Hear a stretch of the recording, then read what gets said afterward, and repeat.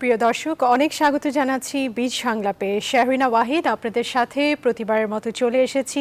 কথা বলবো বৈদেশিক শ্রমবাজারে চ্যালেঞ্জ নিয়ে। আমাদের মাঝে এরই মধ্যে চলে এসেছেন শামীম আহমেদ চৌধুরী, উনি মহাসচিব বাইরা থেকে আছেন। সাথে আছেন ডক্টর মাহফুজ কবির, অর্থনীতিবিদ। তার সাথে শাহাদাত হোসেন, আমাদের মালয়েশিয়ার প্রতিনিধি, এবং বাবু সাহা, উনি আছেন লেবানন থেকে, উনি আমাদের লেবাননের প্রতিনিধি। সবার সাথে আজকে আলোচনা করব। আমরা জানি যে এই করোনাকালে সুনির্দিষ্টভাবে কয়েকটি দেশ থেকে কাজ হারিয়ে দেশে ফিরেছেন প্রায় 90,000 প্রবাসী, এবং তার সাথে সাথে এসব কর্মী কিন্তু আসলে বিশেষভাবে কোনো দক্ষতা নাই। এরা কিন্তু আসলে বেশিরভাগই অদক্ষ বললেই চলে, কিন্তু এর জন্য কিন্তু আসলে প্রশিক্ষণ দিয়ে আবারও শ্রমবাজারে পাঠানোর কথা ভাবছেন সরকার। জানবো আসলে ওনাদেরকে নিয়ে আসলে কি চিন্তা করছেন, কিভাবে ওনাদেরকে দক্ষ বানানো যায়, কিভাবে এত বড় একটি শ্রমবাজারকে আবার এই কাজের দিকে রাখা যায় এবং বিদেশে পাঠানো যায়। সব কিছু নিয়ে আজকে আলোচনা করব আমাদের অতিথিদের সাথে। আমি শুরু করতে চাচ্ছি শামীম আহমেদ চৌধুরী, আপনার সাথে কথা বলবো। আশা করি ভালো আছেন, সুস্থ আছেন এই করোনাকালে। একটু জানাবেন যে এই বৈদেশিক কর্মস্থানে সরকারের ভূমিকা আসলে কতটুকু সরকারি সহায়তা আমরা পাবো এই যে আমাদের কর্মস্থান থেকে ফিরে এসেছেন যারা প্রবাসীরা, এদের জন্য। ধন্যবাদ আপনাকে।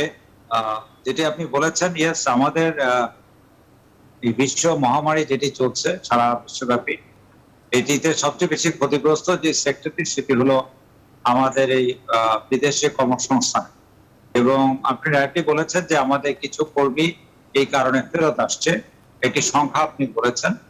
আসলে আমরা এক্সপার্ট বা আমাদের ইন্টারন্যাশনাল কমিউনিটি যেভাবে বলেছিল যে যেই ধরনের কর্মী ফেরত আসবে বলে একটা তাদের অ্যাপ্রিহেনশন ছিল, তারপরে অ্যাপ্রিহেন্ড করেছিলেন। প্লাস আমাদের তারা আইএমএফ বা ওয়ার্ল্ড ব্যাংকে বলা হয়েছিল যে আমাদের 25 থেকে 35% রেমিটেন্সের ঘাটতি হবে। কিন্তু আলটিমেটলি আমরা কি দেখতে পেয়েছি? আমরা দেখতে পেয়েছি যে আসলে আল্লাহ কৃপা এবং সরকারের সঠিক সিদ্ধান্তের কারণে আমাদের কিন্তু সে ধরনের কোনো কর্মী ফেরত আসে। দ্বিতীয়ত যেটি হয়েছে, যারা ফেরত আসছে 3 ধরনের কর্মী ফেরত এসছেন। একটি হলো যারা ছুটিতে আসছেন, আটকা পড়েছিলেন। একটি হলো যারা ওইখানে বিভিন্ন অনেক বছর ধরে ছিলেন, বিভিন্ন ব্যবসা বাণিজ্য করছিলেন, কিন্তু তারা এই করোনাকালীন সময় তারা সেটিকে চালু রাখতে পারেননি তারা। এবং আরেকটি দল হলো যারা হলো আপনার উইদাউট এনি ডকুমেন্টেশনে তারা ছিলেন, যেটাকে আমরা বলি অনেকটা ফ্রি ভিসা, যারা এমপ্লয়মেন্টে ছিলেন। তাদের যেহেতু কাজ কমে গেছে, তারা কাজ পাচ্ছিলেন না। চতুর্থ হলো যারা কর্মে ছিলেন, যারা এম্পায়ার কাছে ছিলেন, তাদের চাকরি ছিল, বৈধভাবে সম্পত্তি ছিল, তাদের মধ্যে 4 ধরনের কর্মী আমাদের ফেরত আসছে। আমরা যদি শেষেরটা বলি, যাদের কর্মসংস্থান ছিল তারা এই করোনাকালীন সময়ে তাদের চাকরিচ্যুত হয়েছে, সেই সংখ্যাটা কিন্তু আসলে কত বেশি নয়। তবে আমাদের কথা হলো, যেই কর্মী ফেরত আসছেন না কেন, একজনও যদি আসেন, কারণ উনি সর্বস্ব হারিয়ে আসছেন। বিকজ ওইখানে যাওয়ার পরে তার একটি কর্ম পরিকল্পনা, লাইফের প্ল্যান থাকে। যখন এটি মাঝপথে বন্ধ হয়ে যায়, তাহলে তার যে পরিবার এবং তার উপরে যে প্রবলেমটি দাঁড়ায়, সেটি যে ভুক্তভোগী সেই বুঝবে। এই ব্যাপারে আমরা সরকারকে দেখেছি বেশ কিছু পদক্ষেপ নিতে, এবং সরকার প্রায় 700 কোটি টাকার একটি প্যাকেজও দিয়েছিলেন। এবং আমরা বাইরের তরফ থেকেও এই কর্মী ভাইদের পাশে দাঁড়াবার জন্য আমরা মাননীয় প্রধানমন্ত্রী ত্রাণ তহবিল এবং প্রবাসী কল্যাণ মন্ত্রণালয় প্রবাসী ব্যাংকের মাধ্যমে বিতরণ করার জন্য আমরা সর্বমোট 1 থেকে 10 লাখ টাকা আমাদের সংস্থার বাইরের পক্ষ থেকে আমরা আমাদের নিজের সরকার থেকে আমরা দিবার চেষ্টা করছি। এখন জিনিসটি হলো যে আপনি দেখেন, এই যখন বর্ডারটি খুলেছে তখন কিন্তু মিডল ইস্টে, স্পেশালি আমরা আমাদের বড় মার্কেটে সৌদি আরব, সেখানে কিন্তু আমরা দেখতে পেয়েছি কিন্তু অলমোস্ট কিন্তু আমাদের যে কর্মীরা আটকা পড়েছিলেন তার মধ্যে কিন্তু ম্যাক্সিমাম কর্মী চলে যেতে সক্ষম হচ্ছে। আর বাকি কাতার, দুবাই যেহেতু বন্ধ ছিল, দুবাই মার্কেটে নতুন করে খুলেছে গত সেপ্টেম্বর মাস থেকে, সেখানে বেশ কিছু চাহিদা আবার নতুন করে ক্রিয়েট হয়েছে। শ্রমবাজার কিন্তু ঊর্ধ্বগতি। শ্রমবাজারের আমরা যদি বলি, স্পেশালি মিডল ইস্টের দিকে, ফার ইস্টকে আমরা বাদ দিয়ে, ফার ইস্ট যেহেতু এখনো খুলেনি, মিডল ইস্টে কিন্তু এখন আপনার কিন্তু অনেক বেশি ডিমান্ড আমাদের কাছে আছে। বিকজ অফ আমাদের দেশের বর্তমান পরিস্থিতির কারণে, করোনা মহামারীর যে ইনফেকশন রেটটি বৃদ্ধি হওয়ার কারণে সেখানে কিছু কিছু জায়গায় আমাদের রেস্ট্রিকশন বা বর্ডারটি বন্ধ ছিল, বাট আমাদের হাতে কিন্তু প্রচুর ডিমান্ড কিছু এখন নতুন করে আসছে। এখন যারা আটকা পড়ে আছেন, বিশেষ করে ফার ইস্টের দিকে, লাইক সিঙ্গাপুর এবং মালয়েশিয়া, এই সংখ্যার কর্মীদের জন্য কিছু করণীয় দরকার। তাদের কবে যাওয়া এটা নিয়ে অনিশ্চিত হয়ে গেছে। তারা 1.5 বছর 2 বছর উপরে হয়ে গেছে, তাদের চাকরিটি আদৌ থাকবে কিনা এটি ডিপেন্ড করে তার এমপ্লয়ারের উপর। এখানে কিছু ল আছে, যেমন 6 মাসের বেশি কোনো কর্মী অ্যাবসেন্ট থাকলে তাকে আর কোনো বহাল করা হয় না। তো সেই ক্ষেত্রে আবার যখন মার্কেটটি খুলবে তখন তাদেরকে পুরো তাদের অগ্রাধিকার ভিত্তিতে তাদেরকে ইনভাইট করা যায় কিনা এটি দেখার কথা। দ্বিতীয় হলো যে তাদের জন্য যে প্যাকেজটি ঘোষণা করা হয়েছে সেই প্যাকেজের মাধ্যমে তাদেরকে সহজ শর্তে যদি ঋণ দেওয়ার ব্যবস্থা করা হয়, তাহলে তারা এখানে যাওয়ার আগে তাদের যে মানবেতর জীবনযাপন যেটি আমি বলবো যে করছেন সেখান থেকে তারা, কারণ তারা এমন একটি অবস্থা আছেন কারোর কাছে হাতও পাততে পারছেন না, আর তারা তাদের জীবিকা নির্বাহ করতে জি। পারছেন না। এই ক্ষেত্রে যে প্যাকেজটি দেওয়া হয়েছে সেটিকে আরো সহজ শর্ত করে যদি সেখানে তাদের ঋণের ব্যবস্থা করা হয়, আমার দৃঢ় বিশ্বাস যে এইভাবে আমাদেরকে একটি কোঅপারেটিভ বা কোঅর্ডিনেটেড ওয়েতে আমাদের মুভ করতে হবে এই পরিস্থিতি মোকাবেলা করবার জন্য। ধন্যবাদ। জি, অবশ্যই। আমি একটু শাহাদাত হোসেন আপনার সাথে কথা বলতে চাচ্ছি। আপনি যেহেতু মালয়েশিয়া আছেন, ওখানের বিষয়ে আসলে আমাদেরকে জানাবেন যে কি পরিস্থিতিতে আসলে এই লেবার ফোর্সটি আছে এবং কি কি আসলে সমস্যার সম্মুখীন হচ্ছে এই মুহূর্তে। ধন্যবাদ। বৈশ্বিক মহামারীর কারণে মালয়েশিয়াতে আপনি জানেন যে সবচেয়ে বৃহত্তর একটি শ্রমবাজার মালয়েশিয়াতে। এখানে যে প্রবাসীরা রয়েছে দীর্ঘদিন অনেক মালয়েশিয়াতে তাদের কোভিড নিয়ন্ত্রণের জন্য বেশ কয়েকবার তারা কঠোর লকডাউন দিয়েছে এবং লকডাউনের মধ্যে প্রবাসীরা বেশ কিছু কোম্পানি তারা কাজ সচল রেখেছে এবং বেশিরভাগ কোম্পানি দীর্ঘদিন বন্ধ থাকাতে এক ধরনের কষ্টের সম্মুখীন এই প্রবাসীরা। তবে ধীরে ধীরে এই সংকটটি কেটে উঠছে মালয়েশিয়াতে। মালয়েশিয়া সরকার তারা তাদের পরবর্তীতে যে কর্মসূচি সেটিতে তারা ভ্যাকসিনাইজেশনে তারা ব্যাপক মনোযোগ দিয়েছে এবং তারা প্রায় তারা 60% উপরে ভ্যাকসিন তারা দিয়ে দিয়েছে। এখানে প্রবাসীরা সহ যারাই যে লিগ্যাল থাকুক আর ইলিগ্যাল থাকুক তাদেরকে ভ্যাকসিন দিচ্ছে এবং ভ্যাকসিন দেওয়ার পরে মালয়েশিয়ার বেশ কয়েকটি ফ্যাক্টরি ইতিমধ্যে তারা খুলে দিয়েছে এবং তাদের কার্যক্রম ইতিমধ্যে শুরু হয়েছে। তবে বেশ বেশ কিছুদিন বন্ধ থাকাতে অবশ্যই বড় একটা সংকট প্রবাসীদের মধ্যে রয়েছে। আরেকটি সংকট যেটি রয়েছে যে মালয়েশিয়া থেকে যারা ছুটিতে বাংলাদেশে রয়েছে এইসব শ্রমিকদেরা দীর্ঘদিন না আসার কারণে তাদের অ্যাবসেন্টে যে কাজগুলো অনেকেই দীর্ঘদিন থাকার কারণে তারা দক্ষ হয়ে উঠছে। এইসব শ্রমিকদের জায়গাগুলোতে বিভিন্ন দেশের শ্রমিকরা ইতিমধ্যে দখল করে নিয়েছে। এটি একটি আমাদের শ্রমবাজারের জন্য অসহনীয় সংকেত। তো অবশ্যই যারা ছুটিতে রয়েছে দীর্ঘদিন যারা প্রবাসী রয়েছে তারা বিশেষ করে মালয়েশিয়াতে তারা বাসায় দক্ষ এবং কর্মক্ষেত্রে দক্ষ রয়েছে তাদেরকে দ্রুত সময়ের মধ্যে এবং মালয়েশিয়ার গভর্নমেন্টের সাথে যোগাযোগ করে তাদেরকে যাতে দ্রুত সংকটে মালয়েশিয়া পৌঁছানো যায়। অন্য সব দেশ থেকে অবশ্যই আমরা বলতে পারি যে মালয়েশিয়াতে আস্তে আস্তে তাদের যে সংকটটি তারা কাটিয়ে উঠতেছে এবং যদিও প্রতিদিন কোভিড অন্যান্য দেশের থেকে মালয়েশিয়া আক্রান্ত অনেক বেশি, তার মধ্যে দিয়েও তারা ভ্যাকসিন দিয়ে এবং তারা আস্তে আস্তে তাদের যে ফ্যাক্টরি গুলো কলকারখানাগুলো আস্তে আস্তে খুলে দিচ্ছে। তো এখানে প্রবাসী বাংলাদেশিরা আস্তে আস্তে তারা তাদের কর্মস্থলে যোগদান করতেছে এবং আমরা আশা করি যে খুব শীঘ্রই মালয়েশিয়া তাদের হয়তো এই বছরের শেষের দিকে তারা সবকিছু স্বাভাবিক করে দিবে এমনটা আমরা আশা করতেছি। জি, অবশ্যই আমরাও এরকমই কিছু আশা করছি। বাবু সাহা, আপনার কাছে আসছি। আপনি লেবানন থেকে আছেন আমাদের প্রতিনিধি, আমাকে জানাবেন ওখানের পরিস্থিতি কি এবং তার সাথে সাথে জানাবেন যে এই যে ফেরত আসারা কর্মী যারা আছেন এরা আসলে কোথায় আছেন বা কোথায় যাচ্ছেন, কিভাবে আসলে এই সমস্যার সম্মুখীন হচ্ছেন। ধন্যবাদ আপনাকে। লেবাননের কথা যদি আমি বলি তাহলে আসলে এখানে অন্যান্য দেশে যদিও করোনার প্রভাবের কারণে কর্মীরা ক্ষতিগ্রস্ত হয়েছে, কিন্তু লেবাননের চিত্রটি কিন্তু সম্পূর্ণ ভিন্ন। এখানকার চিত্রটি হলো যে এখানকার বর্তমানে লেবানন সরকারের যে বিভিন্ন দুর্নীতির কারণে এখানে অর্থনৈতিক মন্দা সৃষ্টি হয়েছে, পাশাপাশি ডলার সংকট এবং একটি পাশাপাশি ছিল তারপর কিছু হলো করোনার এখানে প্রকোপ ছিল, কিন্তু সবচেয়ে আমরা যেটা মনে করি এখানে অর্থনৈতিক মন্দার কারণে এখানে অর্থনীতিতে একটা ধস নেমে এসেছে, যার কারণে কিন্তু এই দেশটিতে থাকা প্রায় 1.5 লাখ প্রবাসী বাংলাদেশির জীবন চরম অনিশ্চয়তায় কাটছে। ইতিমধ্যে কিন্তু আমরা যতটুকু জানি প্রায় অন্তত দূতাবাসের মাধ্যমে প্রায় 15 থেকে 20 হাজার শ্রমিক তারা স্বেচ্ছায় চলে গিয়েছে। তাছাড়া যারা বৈধ ছিল বিভিন্ন কোম্পানিতে বিভিন্ন প্রতিষ্ঠানে তারাও কিন্তু বাংলাদেশে ইতিমধ্যে 70% সেখান থেকে চলে গিয়েছে। আর বাকি অনেকে আছে যারা ইউরোপের পথে, এই লেবানন থেকে বিভিন্ন ইউরোপের পথে পা বাড়িয়েছে। কারণ লেবাননে একজন প্রবাসী শ্রমিকের আগে যেখানে 300 থেকে প্রায় $1000 সে আয় করতো, কিন্তু বর্তমানে তার বেতন সে 80 থেকে $100 কিন্তু আয় করতে পারছে না। তো এই স্বল্প টাকা এই অর্থ দ্বারা সে কিন্তু এখানে ভরণ পোষণ বা তার বড় আনুষঙ্গিক খরচ সব মিলে সে একটি কঠিন সমস্যার মধ্যে কিন্তু তার দিনগুলো অতিবাহিত হচ্ছে। পাশাপাশি 2টি বছর ধরে প্রবাসী বাংলাদেশিরা লেবাননের যারা আগে প্রতিনিয়ত বাংলাদেশে রেমিটেন্স পাঠাতো পরিবারগুলো ভালো চলতো, কিন্তু তারা কিন্তু 2টি বছর ধরে বাংলাদেশে কোনো ধরনের কোনো টাকা পয়সা পাঠাতে পারছে না, যার কারণে বাংলাদেশের পরিবারগুলো খুবই সমস্যার সম্মুখীন হচ্ছে। বর্তমানে লেবাননের পরিস্থিতি যতই দিন যাচ্ছে ততই কিন্তু খারাপ হচ্ছে। এদিকে বাংলাদেশ দূতাবাস কিন্তু এই নাম নিবন্ধন প্রক্রিয়া এখনো চালু রেখেছে এবং যারা স্বেচ্ছায় যেতে ইচ্ছুক তাদের নাম নিবন্ধন কিন্তু এখনো দূতাবাস তাদের নাম জমা নিচ্ছে। তো সব মিলিয়ে বলা যায় যে লেবাননে প্রবাসী বাংলাদেশিদের অবস্থা খুবই শোচনীয়।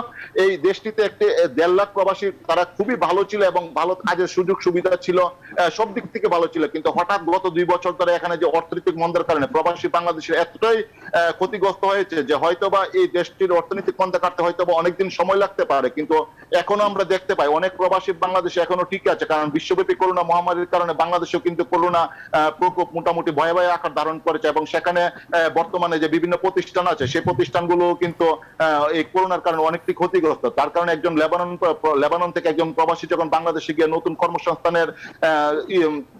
কর্মসংস্থানে যোগদানের ইচ্ছে করে বা কোনো একটা কিছু করতে চায়, তার দ্বারা কিন্তু সেটা হয়ে উঠছে না। জি, আমরা বুঝতে পেরেছি। আমি একটু ডক্টর মাহফুজ কবিরের কাছে আসতে চাচ্ছি। আমরা আমাদের 3 জন বক্তার কাছ থেকে আসলে শুনলাম পরিস্থিতি কেমন মালয়েশিয়া, লেবানন এবং বাংলাদেশে কি অবস্থায় আছি আমরা। আপনি একটু আমাদেরকে জানাবেন যে আমাদের অর্থনীতিতে এটার কি প্রভাব পড়বে, প্রবাসীদের এইভাবে ফিরে আসাটা, এবং এটা কি আসলে কোনো অল্টারনেটিভ আছে নাকি যে যেভাবে এদেরকে প্রশিক্ষণ দিয়ে হলেও আবার ফেরত পাঠানো যায়, একটু জানাবেন।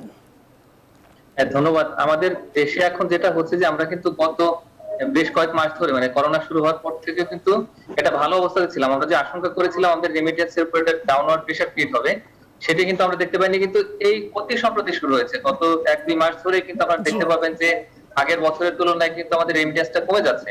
তার মানে কি আমাদের যে গ্লোবাল ইকোনমি আবার ব্যাক করার কারণে যে একটা আশা তৈরি হয়েছিল যে আবার নতুন কর্মসংস্থান তৈরি হবে এবং আবার আমরা একটা আমাদের রেমিটেন্স ভালো দিকে যাবে, কিন্তু এখন দেখা যাচ্ছে যেহেতু এটা ডাউনওয়ার্ড প্রেসার হচ্ছে, তার মানে কি যে ওই ইকোনমি গুলো ঠিক রিকভার করছে ঠিকই, কিন্তু ইন্টারনাল অ্যাডজাস্টমেন্টের কারণে এবং অন্যান্য জায়গা থেকে নতুন নতুন শ্রমিক এখন আসছে, আমাদের যে যারা প্রতিযোগী দেশ আছে সেখান থেকে যেহেতু আসছে, তার মানে এখন কিন্তু আবার সেই প্রতিযোগিতার মধ্যে আমরা পড়ে যাচ্ছি এবং আলটিমেটলি সামনের দিনগুলোতে কি অবস্থা হবে সেটা কিন্তু আমরা জানি না। তো এই অবস্থায় যদি হয় তাহলে সেই ক্ষেত্রে অলরেডি যারা আছেন আমাদের দেশে, যারা চলে এসেছেন এবং নতুন করে যারা একটা কর্ম হারানোর ঝুঁকির মধ্যে আছেন, তাদের নিয়ে কিন্তু সরকার ইতিমধ্যে কিছু কর্মসূচি হাতে নিয়েছে, কিন্তু ট্রেনিং দিয়ে এই যে আমাদের যে শ্রমবাজার, সেই শ্রমবাজারে আবার অন্তর্ভুক্তিকরণ, এই জায়গাতে কিন্তু একটা বড় রকমের ঝুঁকি যেমন আছে তেমন এটাকে একটু বেগ পেতে হবে। এই কারণে আমাদের একটা নতুন করে স্ট্র্যাটেজি করা দরকার, কারণ এই এত বড় একটা শ্রমিক, তারা কিন্তু দক্ষ শ্রমিক। জি, অবশ্যই চ্যালেঞ্জটা কিন্তু নিতে হবে আমাদেরকে। জি হ্যাঁ, অবশ্যই এই চ্যালেঞ্জটা নিতে হবে এবং এটা নিলে আমাদের সমাজের উপকার হবে, অর্থনীতির উপকার হবে।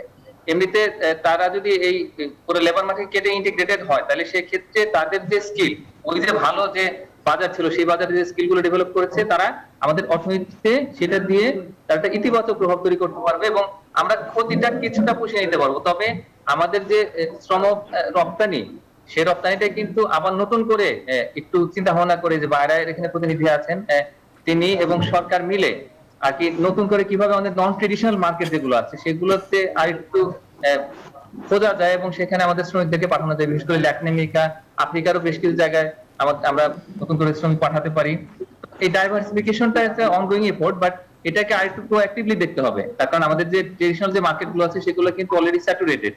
তো এখানে আমরা আমাদের নতুন করে যে শ্রমিক কিভাবে পাঠাতে পারি সেটা একটু চিন্তা করে আমাদের এখন এই যে করোনা থেকে যেহেতু আমরা বের হয়ে আসছি, এই জায়গাতে এটা একটা প্রধান একটা স্ট্র্যাটেজি হবে আশা করি যে সরকারের পক্ষ থেকে। তাহলে সেই ক্ষেত্রে আমাদের যে চ্যালেঞ্জটা রয়েছে সেটাকে আমরা মোকাবেলা করতে পারবো। এই যে আমাদের যে ফরেন রেমিটেন্স, সেই রেমিটেন্সের উপরে আমরা খুব বেশি আর কি যে ঝুঁকি যেগুলো ছিল সেগুলো থেকে বের হয়ে আসতে পারবো বলে আমার কাছে মনে হয়। জি, অবশ্যই আমরাও এরকম কিছু আশা করছি। প্রিয় দর্শক, বীজ সংলাপে যেতে হচ্ছে একটা ছোট্ট বিরতিতে। নিউজ 24 এর সাথেই থাকবে।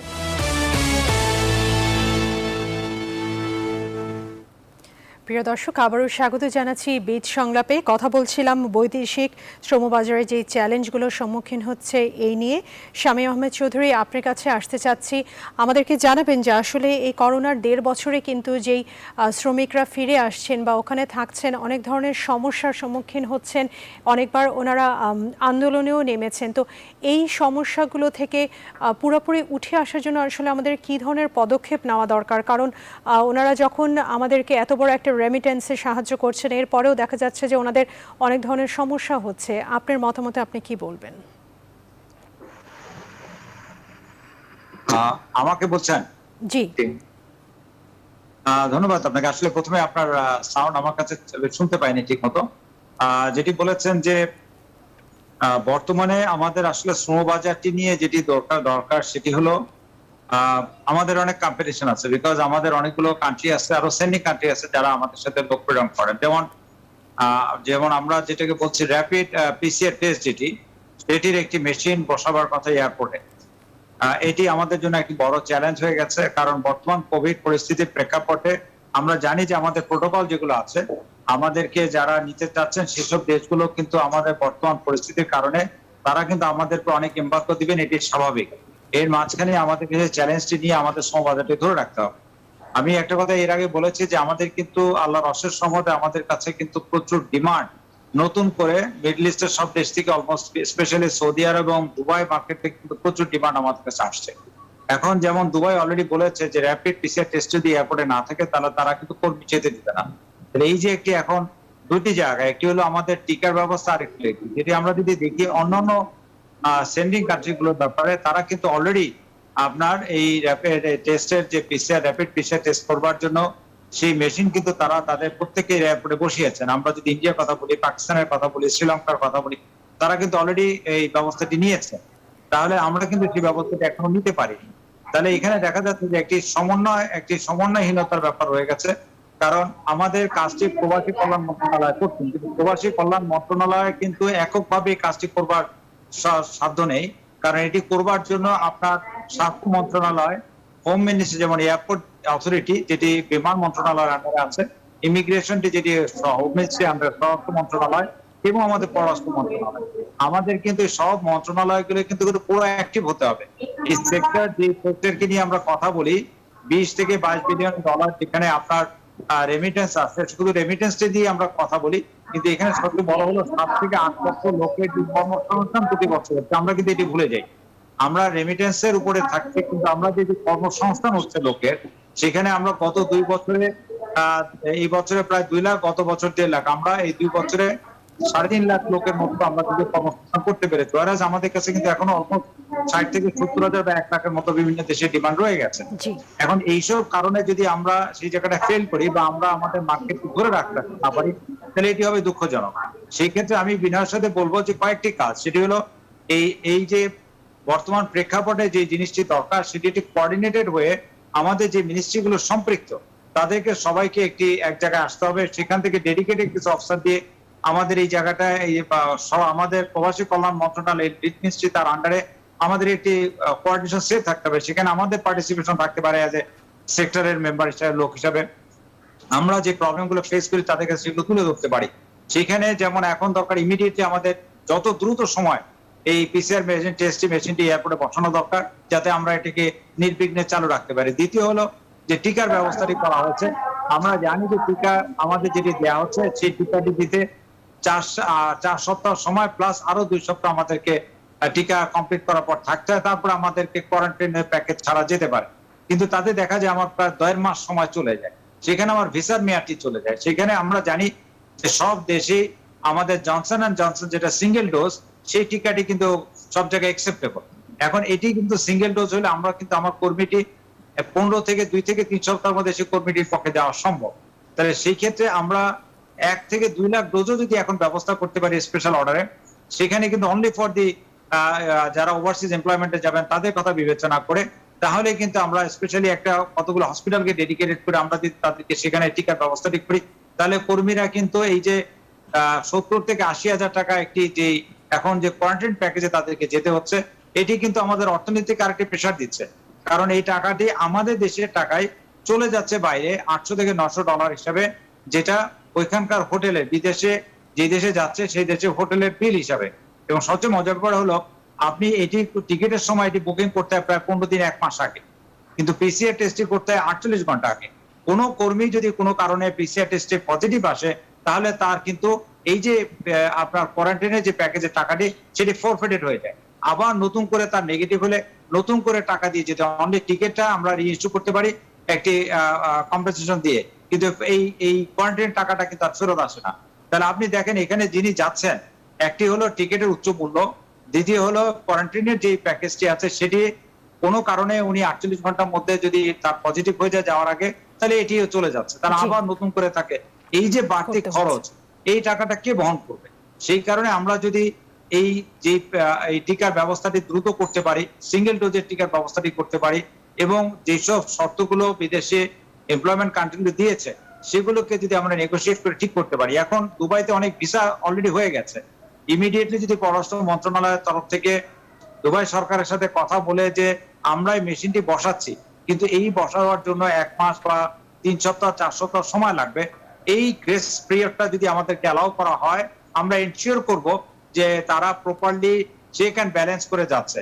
আবার আমরা এখানেও কিছুটা জায়গায় আমরা দেখতে পাচ্ছি, যদিও আমাদের কাছে মেসেজটি অথেন্টিকেট নয়, আমরা শোনা কথা বা বিভিন্ন জায়গায় আমরা শুনতে পাচ্ছি, সেটি হলো যে প্রপার ভাবে যারা এই টিকা না দিয়েও টিকার সনদ তারা কিভাবে জানি সংগ্রহ করছেন।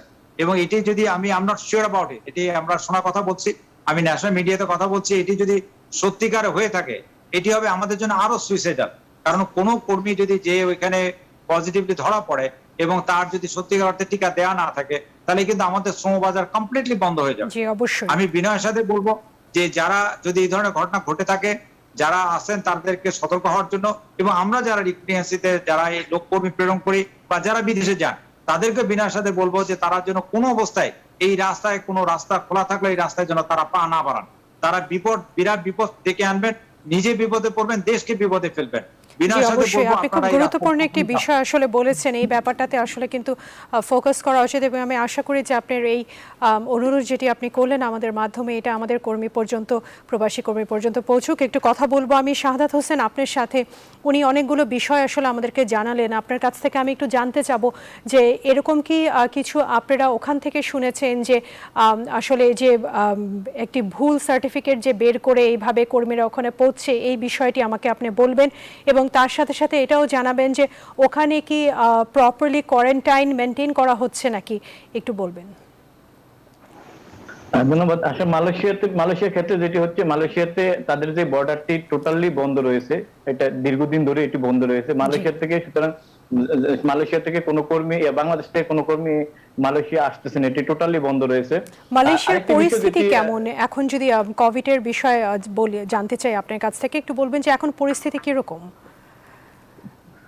কোভিড প্রতিদিনই মালয়েশিয়া যেভাবে আক্রান্ত হচ্ছে, প্রায় 20,000-এর মতো আক্রান্ত হচ্ছে, তবে তারা এটা খুব দ্রুতই তারা এটা কন্ট্রোলে আনার জন্য তারা ভ্যাকসিন, যেসব বিশেষ করে প্রবাসী বাংলাদেশে যারা রয়েছে তারা শুধুমাত্র তাদের যে পাসপোর্টের কপিটি শো করলে তারা ভ্যাকসিন পাচ্ছে, এবং দ্বিতীয় ডোজ ভ্যাকসিন দেওয়ার পরে তারা 14 দিন পরে তারা যার যার কর্মস্থলে কর্মস্থলে ফিরতে পারবে এবং কাজে যোগদান করতে পারবে। আর একটা বিষয় যেটি, এটি আসলে দুঃখজনক, যেসব জাল সার্টিফিকেট গুলো আমরা কয়েকদিন আগে মালয়েশিয়া এয়ারপোর্টে ঠিক এরকম একটি, বাংলাদেশ থেকে, মালয়েশিয়া থেকে যারা বাংলাদেশে যাচ্ছে তাদের যে করোনা নেগেটিভ সার্টিফিকেট লাগবে, তো সেইখানে তারা আমরা কয়েকদিন আগে মালয়েশিয়া এয়ারপোর্টে ইমিগ্রেশন একজন বাংলাদেশির কাছ থেকে একটি জাল নেগেটিভ সার্টিফিকেট পেয়েছে। এটি অবশ্যই গোটা মালয়েশিয়া যেসব প্রবাসী বাংলাদেশি রয়েছে তাদের প্রত্যেককে এটি হুমকিতে ফেলেছে, এবং এগুলো কিছু অসাধু বাংলাদেশিরা মালয়েশিয়াতে এগুলো করতেছে, বিশেষ করে কিছু অসাধু বাংলাদেশিরা তারা মুনাফার লোভে এগুলো করতেছে। তবে এগুলো হুমকি প্রবাসী বাংলাদেশিদের মধ্যে এবং পুরো আমাদের দেশকে, আমাদের শ্রমবাজারকে হুমকির মধ্যে ফেলেছে। তা আমরা মালয়েশিয়া সরকার তাদের যে, আপনারা জানেন যে মালয়েশিয়া অনেক বড় একটি শ্রমবাজার, তারা খুব শীঘ্রই চাচ্ছে যে মালয়েশিয়াও অনেক কর্মী সংকট রয়েছে বিভিন্ন সেক্টরে, এবং অনেক কর্মী রয়েছে যারা অনেকদিন ধরে দেশে যাচ্ছে না এবং তারা ভিসা নবায়ন করতে পারছে, অনেকে চলে যাচ্ছে। তো এই যে কর্মসংস্থানের জায়গাটি রয়েছে, তো আমরাও আশা করি যে খুব শীঘ্রই মালয়েশিয়া তাদের যে বর্ডারটি খুলে দিবে এবং তারা বাংলাদেশ থেকে যারা ছুটিতে রয়েছে তারা এবং বাবু নতুন সাহা, করে জি কর্মী বুঝতে আনার পেরেছি। আমরা তারা- বাবু সাহা আপনার কাছে আসতে চাচ্ছিলাম। আপনি বলছিলেন যে অর্থনীতির একটি বড় সমস্যা আসলে ওখানকার শ্রমিকরা ফেস করছে। একটু বলবেন যে এখন পরিস্থিতি বা এখান থেকে বের হয়ে আসার জন্য নতুন কোনো চিন্তা কি করছেন প্রবাসীরা? এই মুহূর্তে প্রবাসীর আসলে অবস্থা কোনো পরিবর্তন হয়নি। তবে আচ্ছা। এই মুহূর্তে যারাই দেশে যেতে ইচ্ছুক তারা কিন্তু দূতাবাসে নাম নিবন্ধনের মাধ্যমে $400 টিকিটের টাকা পরিশোধ করে তাদেরকে দেশে যেতে হচ্ছে। কিন্তু এই মুহূর্তে আগে যেখানে $1 সমপরিমাণ ছিল স্থানীয় পাউন্ডে 1,500 লিরা, সেটা বর্তমানে পৌঁছেছে 20,000 লিরায়। তো এই মুহূর্তে একজন প্রবাসীকে যে দেশে যেতে ইচ্ছুক তাকে $400 জোগাড় করতে কিন্তু তাকে অন্তত 1 বছর এখানে শ্রম দিতে হবে। তো আমি এই জিনিসগুলো কিন্তু এই যে সমস্যাটা, এই সমস্যাটা কিন্তু আমরা বিভিন্ন মিডিয়ার মাধ্যমে আমরা বাংলাদেশ সরকারের জানাচ্ছি বা দূতাবাস কিন্তু তাদের আপডেট প্রতিদিনই জানাচ্ছে। কিন্তু এখন পর্যন্ত লেবানন প্রবাসীদের জন্য আসলে বাংলাদেশ সরকার তেমন কোনো উদ্যোগ নেয়নি এবং আমরা চোখে দেখিনি। তবে আমরা আবেদন জানাবো লেবানন প্রবাসীদের পক্ষ থেকে, আবেদন জানাবো যারাই স্বেচ্ছায় দেশে যেতে ইচ্ছুক তারা এই মুহূর্তে যেন তাদের টিকেটের টাকাটা যদি একটু কমিয়ে দেওয়া হয়, হয়তো বা প্রবাসী বাংলাদেশের জন্য অনেকটা উপকার হবে। তবে লেবাননের যে বর্তমান পরিস্থিতি, এই বলা যায় যে এটা দেশ যেহেতু তাদের অভ্যন্তরীণ ব্যাপার, সেহেতু কিন্তু এই ব্যাপারে দূতাবাস বা আমাদের বাংলাদেশ সরকারও কিছু করণীয় নাই। যতক্ষণ পর্যন্ত এই দেশটির তারা নিজেরা না শুধরাবে এবং তারা নিজেদের দেশ ঠিকভাবে পরিচালনা না করে, ততক্ষণ পর্যন্ত কিন্তু এই প্রবাসী বাংলাদেশিদের যে দুর্ভোগ সেটা কিন্তু সহসাই কাটছে না। তবে আরেকটি জিনিস আপনাকে বলে রাখি যে লেবানন থেকে যে সকল প্রবাসীরা ইতিমধ্যে বাংলাদেশে চলে গেছে তারা কিন্তু ইতিমধ্যে বাংলাদেশে কর্মসংস্থানের কোনো সুযোগ না পেয়ে তারা দুবাই এবং বিশেষ করে পুরুষ কর্মী এবং মহিলা কর্মী তারা কিন্তু দুবাই পাড়ি জমাচ্ছে এবং সেখানে বিদ্যুৎ বিষয় নিয়ে গিয়ে কিন্তু প্রতারিত হচ্ছে। তবে আমি মনে করি এই ব্যাপারে বাংলাদেশ সরকারের একটি পদক্ষেপ নেওয়া দরকার যাতে কোনো প্রবাসী প্রতারিত না হয় এবং যারা এই করোনা বা বিভিন্ন সমস্যার কারণে বাংলাদেশে চলে গিয়ে তাদেরকে যাতে সৎ শর্তে ঋণ দেওয়া হয় সেই ব্যাপারে বাংলাদেশ সরকারের একটি পদক্ষেপ নেওয়া দরকার বলে আমি এই মনে বিষয়ে আমি করি। একটু কারণ যে মাহফুজ সকল কবির প্রবাসীরা- আপনার কাছে আসতে চাচ্ছি, একটু জানাবেন যে যে অর্থনৈতিক যে সমস্যাগুলো লেবাননের প্রবাসীরা আসলে ফেস করছেন, আপনি কি বলতে চান যে আসলে কিভাবে এখান থেকে বের হওয়া যায় বা সরকার থেকে কি ধরনের সহযোগিতা আসলে আমরা চিন্তা করতে পারি? হ্যাঁ, ধন্যবাদ। আসলে এটি অত্যন্ত গুরুত্বপূর্ণ নীতিগত প্রশ্ন। সরকার যেহেতু সব জায়গাতে সহায়তা দিচ্ছে, আমাদের যে বড় বড় ইন্ডাস্ট্রি তাদের জন্য দিচ্ছে এবং মোটামুটি সব সেক্টরই আসলে এই প্যাকেজের মধ্যে আছে। তো এই অবস্থায় আমাদের যারা বৈদেশিক শ্রমিক তারা কেন এই সুবিধাটা পাবেন না? তাদের জন্য যদি সহজ শর্তে ঋণের ব্যবস্থা করা যায়, দীর্ঘমেয়াদী ঋণ, তাহলে সেই ক্ষেত্রে রিঅ্যাডজাস্টমেন্টের সুযোগ তারা ডেফিনেটলি পাবেন এবং এতে করে যেটা হবে যে তারা যে একটা অস্বস্তির মধ্যে আসবে তারা একটা মোটামুটি নিশ্চয়তার মধ্যে আসতে পারবেন এবং এতে করে যেটা হবে যে আমাদের যে লোকাল মার্কেট সেখানে রিইন্টিগ্রেশনের যেমন একটা সুযোগ তৈরি হবে, তেমনি ভাবে আবার যদি তারা অন্য কোনো দেশে যেতে চান, তার কারণ অলরেডি যারা স্কিলড হয়ে এসেছেন একটা কাছাকাছি দেশ থেকে, লেবানন বা অন্য কোনো জায়গা থেকে, বিশেষ করে লেবাননের কথা আমি বলবো, সেটার সঙ্গে কিন্তু যে আরবের যে অন্য দেশের যে শ্রম বাজার সেটা একটা মিল রয়েছে। তো এখানে যদি রিইন্টিগ্রেটেড অন্য একটা দেশে করতে যান তাহলে সেক্ষেত্রে তাদের এই যে সহায়তা সেটি লাগবে এবং এটা একেবারে ওয়ান অফ না দিয়ে মানে একেবারে ট্রান্সফার না করে সেখানে লোনের ব্যবস্থা করলে এটা ভালো হয়, কারণ তাহলে তাদের জন্য একটা চাপ থাকবে এবং অবশ্যই সেটা সহজ শর্তে এবং দীর্ঘমেয়াদে এবং এটা শুধুমাত্র তাদের জন্য নয়, এখানে যারা ফেরত এসেছেন তারা যাতে নিজেরা আরো কিছু কর্মসংস্থান দেশের ভিতরে করতে পারেন এবং তারা যাতে আরো পরবর্তী সুযোগে অন্য কোনো দেশে যেতে পারেন সেটার জন্যও আমার মনে হয় যে একটা প্যাকেজ রাখাটা দরকার এবং এতে বাংলাদেশ ব্যাংকের একটা রোল রয়েছে এবং সরকার এবং বাংলাদেশ ব্যাংক দুটো মিলেই তারা এরকম একটা প্যাকেজ ঘোষণা করতে পারে যাতে করে এই যারা বৈদেশিক শ্রমিক ভাই বোন তারা উপকৃত হন। জি, আমাদের আরেকটা ছোট্ট বিরতিতে যেতে হচ্ছে, এসে আমরা আরো বিস্তারিত আলোচনা করব। প্রিয় দর্শক, যাচ্ছি একটা ছোট্ট বিরতিতে, নিউজ 24 এর সাথেই থাকবে।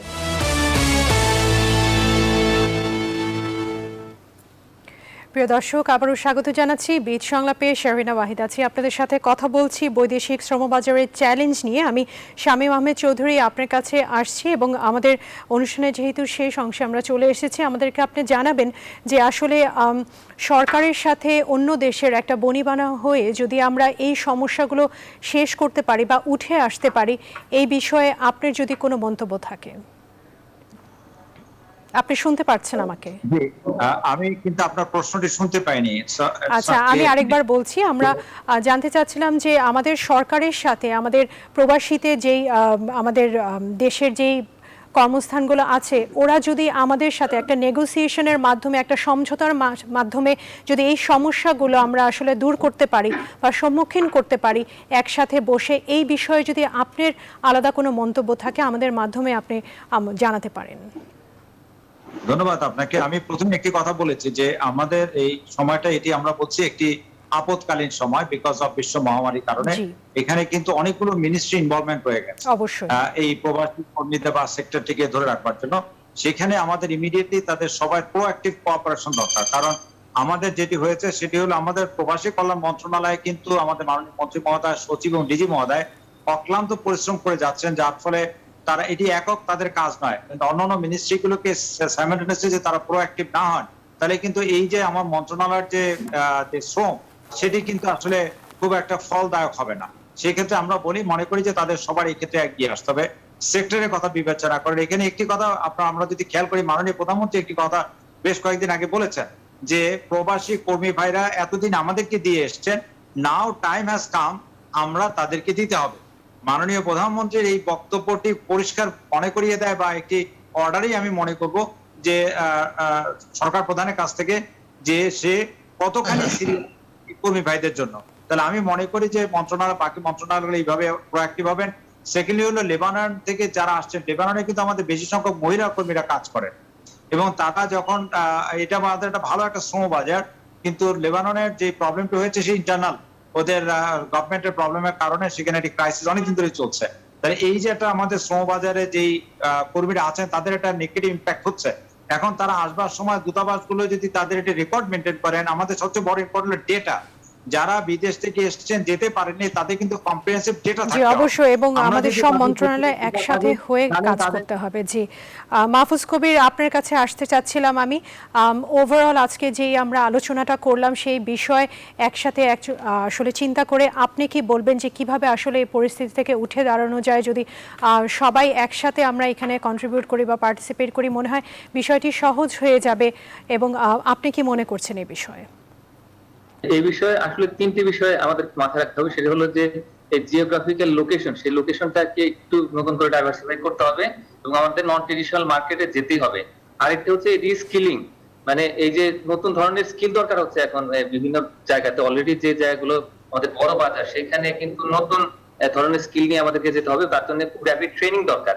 এটি একটি বিষয়। 3 নাম্বার হচ্ছে যে আমাদের এটার জন্য ফাইন্যান্সিয়াল অ্যালোকেশন দরকার। আমাদের বাজেট অলরেডি ঘোষিত হয়েছে, তারপরেও আমরা কিন্তু যেহেতু মাননীয় প্রধানমন্ত্রীর নির্দেশনা রয়েছে, সুতরাং এই নির্দেশনাটাকে পালন করে আমাদের বাংলাদেশ ব্যাংক এবং অন্যান্য যে সমস্ত আর্থিক প্রতিষ্ঠান রয়েছে তারা একটা প্যাকেজ, যে সফট টার্মে এবং লো ইন্টারেস্টে একটা প্যাকেজ ঘোষণা করতে পারে। আর আরেকটি ওভারঅল যেটি, সেটা হচ্ছে যে ডোমেস্টিক মার্কেটের রিইন্টিগ্রেশনটা অবশ্যই দরকার এবং তার জন্য যে একটা আলাদা রকমের ট্রেনিং অর্গানাইজ করে এবং তাদেরকে একটা নতুন ধরনের লোন দিয়ে একটা যদি ব্যবস্থা নেওয়া যায়, তাহলে সেক্ষেত্রে আমরা এই সংকটটা মোকাবেলা নিশ্চয়ই সুন্দরভাবে করতে পারবো। জি অবশ্যই, অনেক ধন্যবাদ। জি আমি শাহাদাত হোসেন আপনার কাছে আসতে চাচ্ছি, আমাদেরকে ছোট্ট করে একটু জানাবেন যে আসলে সরকার থেকে আপনারা আসলে কি ধরনের হেল্প আশা করছেন? আমরা শুরুতেই যেটি মালয়েশিয়াতে যেসব প্রবাসীরা রয়েছে তারা পাসপোর্টের একটি সমস্যা দীর্ঘদিন রয়েছে, এটি যদিও একটু কিছুটা সমাধান হচ্ছে। এই পাসপোর্টগুলো দ্রুত সময়ের মধ্যে আসলে মালয়েশিয়া সরকার দেওয়া যে বৈধকরণ প্রক্রিয়াটি এটি এই বছরে শেষ হচ্ছে এবং যারা ভিসা রিনিউ করছে এবং তারা যাতে দ্রুত সময়ের মধ্যে এই পাসপোর্টটি পায় এবং এটি পাওয়া, এবং যারা ছুটিতে রয়েছে প্রবাসী বাংলাদেশিরা তারা যাতে নিজ কর্মস্থলে আসতে পারে এবং এটি হলে আমাদের যেই অর্থনৈতিক যেই রেমিটেন্সটা সেটি আরো বৃদ্ধি হবে মালয়েশিয়া থেকে।